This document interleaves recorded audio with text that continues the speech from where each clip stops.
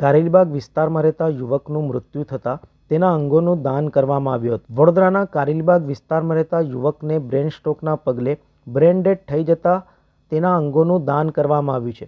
25 વર્ષીય આદિત્ય જૈન CS નો અભ્યાસ કરી રહ્યો હતો અને તે ખાનગી કંપનીમાં ટ્રેનિંગ લઈ રહ્યો હતો, જ્યાં 4 દિવસ અગાઉ તેની તબિયત લથડી હતી, જેથી તેને ખાનગી હોસ્પિટલમાં દાખલ કરવામાં આવ્યો હતો, જ્યાં તેની સર્જરી કરવામાં આવી હતી, જે બાદ હોસ્પિટલમાં તે સ્વસ્થ થઈ રહ્યો હતો. દરમિયાન તેને બ્રેન સ્ટ્રોક આવતા તેની તબિયત લથડી હતી, જેથી તબીબે તેને બ્રેન ડેડ જાહેર કર્યો હતો. એકનો એક દીકરો આ સ્થિતિમાં આવી જતા પરિવારના માથે આપ તૂટી પડ્યું હતું. દીકરાની ઈચ્છા મુજબ તેના ઓર્ગન ડોનેટ કરવાનો નિર્ણય પરિવાર દ્વારા લેવામાં આવ્યો હતો. 21 વર્ષની ઉંમરે જ આદિત્યએ અંગદાન કરવાનું જણાવ્યું હતું, જેથી આદિત્ય જૈનના કિડની અને લીવરની અંગદાન પ્રક્રિયા હાથ ધરવામાં આવી હતી. કિડની સુરત અને લીવર અમદાવાદ મોકલવાની તજવીજ હાથ ધરવામાં આવી હતી. આ માટે પોલીસ વિભાગ દ્વારા ખાસ ગ્રીન કોરિડોર આપવામાં આવ્યો હતો અને ખાસ વાનમાં ડોનેટ કરેલ અંગો લઈ જવામાં આવ્યા હતા. પરિવાર સાથે તબીબે પણ પોતાના અશ્રુ રોકી શક્યા ન હતા. પ્રેમાળ અને ખુશાલ સ્વભાવનો એકનો એક દીકરો જતો રહેતા પરિવારમાં ગમગીની છવાઈ હતી. भैया मेरे से मेरे भाई तो हैं बट मेरे कोई बड़े भाई नहीं है, सिर्फ भैया ही थे और मुझे ये आगे ध्यान रख नहीं सकता. बाकी जैसा भैया का नेचर था वो कभी ऑफ कोर्स वो तो चाहिए वो तो मुझे पता था कि वो तो ऑफ कोर्स डोनेट करते ही, लेकिन सबसे ज़्यादा जेनरस और बहुत केयरिंग थे. उन्हें पूरी रिस्पॉन्सिबिलिटीज दी हुई थी. ये डिसीजन मुश्किल नहीं होना चाहिए, क्योंकि आप किसी को अगर अपने ऑर्गन्स दोगे तो एक तरीके से आप एटलीस्ट अपने बच्चे को किसी और में अलाइव रख रहे हो और उसकी जो दुआ मिलेंगी वो आपके जो बंदा जैसे हमारे भैया हैं उन्हीं के काम आएंगी आगे. और किसी को लाइफ मिलेगी तो उससे ज़्यादा बेटर चीज़ क्या होगी. वो हेल्प करके गए हैं किसी की, ऐसे तो हमेशा ही हेल्प किया था. એની ઓફિસમાં લંચ કરીને વોશરૂમ ગયેલો. વોશરૂમથી બહાર આવ્યા પછી એ અનકોન્શિયસ થઈ ગયો અને અનકોન્શિયસ થયા પછી એના કલીગ્સ છે એ નરહરી હોસ્પિટલમાં લઈને આવ્યા. ત્યાં ડાયગ્નોઝ થયું કે એને સિવિયર એટેક આવ્યો છે. સિવિયર એટેક આવ્યા પછી એમને નક્કી કર્યું કે કોઈ બી હાર્ટ કેરમાં લઈ જાઓ. અમે બેન્કર્સમાં એમને લઈને આવ્યા. બેન્કર્સમાં આવ્યા પછી MRI અને CT સ્કેનના રિપોર્ટમાં ખબર પડી કે જે તમારો હાર્ટનો ક્લોટ હતો એ બ્રેન સ્ટેમમાં જતો રહ્યો છે અને ત્યાંથી પછી એ સર્જરી કરવામાં આવી, એટલે ક્લોટને કાઢવામાં આવ્યો. 2 દિવસ પછી એને કોન્શિયસ બી થયો, રિકોગ્નાઇઝ કર્યા બધાને, બધા એની મમ્મીને, એના પપ્પાને, બધાને. અને 2 દિવસ પછી 25મી તારીખે પાછો એક સિવિયર સ્ટ્રોક આવ્યો એને, જેનાથી આખું એનું બ્રેન ડેડ થઈ ગયું, લંગ્સમાં પાણી ભરાઈ ગયું અને પછી કદી ઊભો ના થયો. પરિવારે નિર્ણય એ લીધો કે જે છોકરાની ઈચ્છા હતી શરૂઆતથી કે હું જ્યારે બી કરીશ, જ્યારે બી મારું આવું થશે ત્યારે હું ઓર્ગન ડોનેટ કરીશ.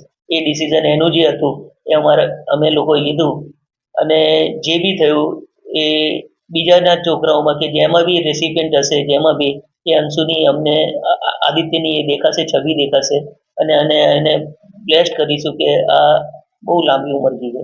હું તો બધા પેરેન્ટ્સને એક જ વસ્તુ કહેવા જાઉં છું કે આમાં કશું થતું નથી. ઓર્ગન ડોનેટ કરવા જોઈએ, જ્યાંથી જે બિચારા એકદમ ક્રિટિકલ છે, જે સિવિયર છે, જેનાથી તમારા ઓર્ગનથી જેની જાન બચી શકતી હોય તો એવા ડિસિઝન બધાએ લેવા જોઈએ. આમાં કોઈ હાર્ડનેસ નથી, હાર્શ નથી. તમારા ડેથ થયા પછી કોઈ કામનું છે નહીં, તો ઓર્ગન બીજાની જો જિંદગી આપી શકતા હોય તો એ સ્ટેપ 100% લેવો જોઈએ. અવેર થવું જોઈએ, બધાએ જાગૃત થવું જોઈએ. Doctor Parul Mankar from Parul medical group of hospital. આજનો મામલો એ છે કે એક સુખ અને દુઃખ, 2 ઘટનાઓ આજે છે. અમારા પેશન્ટ 25 વર્ષનું આદિત્ય જૈન કે જેને બ્રેન ડેડ થયું હતું, એના રિલેટિવે અને એને પોતે એક ખૂબ જ પ્રશંસનીય કામ કર્યું છે કે એમને જ્યારે એમનું બાળક આજે દુનિયામાં નથી રહ્યું ત્યારે બાળકના અંગોનું દાન કર્યું છે.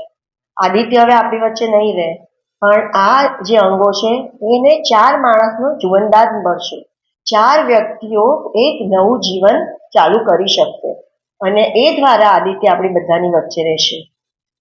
આ દેહ તો હવે અગ્નિ સંસ્કાર કરીને કે કોઈ પણ રીતે એનું અસ્તિત્વ તો જતું જ રહેવાનું છે, પણ આ એના પેરેન્ટ્સ અને એનું પોતાનું અદ્ભુત ડિસિઝન છે કે આ એક સેલ્ફલેસ ડિસિઝન છે કે ભલે હું નથી પણ મારા અંગો હું કોઈને આપીને મદદરૂપ થઉં. અને કરોડો રૂપિયા આપીને પણ આપણે કોઈ જિંદગી એક ક્ષણ પણ વધારી નથી શકતા. તો આદિત્યએ તો 4 જિંદગી બચાવી છે. તો એને અને એના ફેમિલીને સલામ. આદિત્ય જેવો બાળક કે જેને 22 વર્ષની ઉંમરે જ નક્કી કર્યું હતું કે હું પણ ડોનેટ કરીશ, હું પણ મારા અંગ બીજાને આપીશ, એ પ્રશંસનીય છે અને અનુકરણનીય છે. આપણે બધાએ પણ એવું પ્લેજ લેવું જોઈએ કે જો આપણને કંઈ થાય, ભગવાન કરે ને આપણે કાંઈ ના થાય, પણ કોઈ સંજોગ ઊભા થાય ને આપણે બ્રેન્ડેડ થઈએ તો આપણે પણ આવી રીતે મર્યા પછી પણ મદદરૂપ થઈ શકીએ. બીજી 2 વાત ખાસ કહેવાનું મન થાય છે કે મને બહુ જ માન થાય છે બેન્કર્સની ટીમ પર કે કાલ સાંજે જ્યારે આદિત્યના રિલેટિવે નક્કી કર્યું કે અમે ડોનેટ કરી રહ્યા છે અંગો, ત્યારના લોકો દિવસ રાત કામ કરી રહ્યા છે. બહુ જ બધા રિપોર્ટ અપલોડ કરવાના હશે, ઇન્વેસ્ટિગેશન કરવાના હશે, કન્ટિન્યુઅસ સંપર્કમાં રહેવાનું હશે. અને આ એક સેલ્ફલેસ કામ છે, આ એમની ડ્યુટીમાં નથી આવતું, છતાં પણ લોકો આનંદથી કરી રહ્યા છે.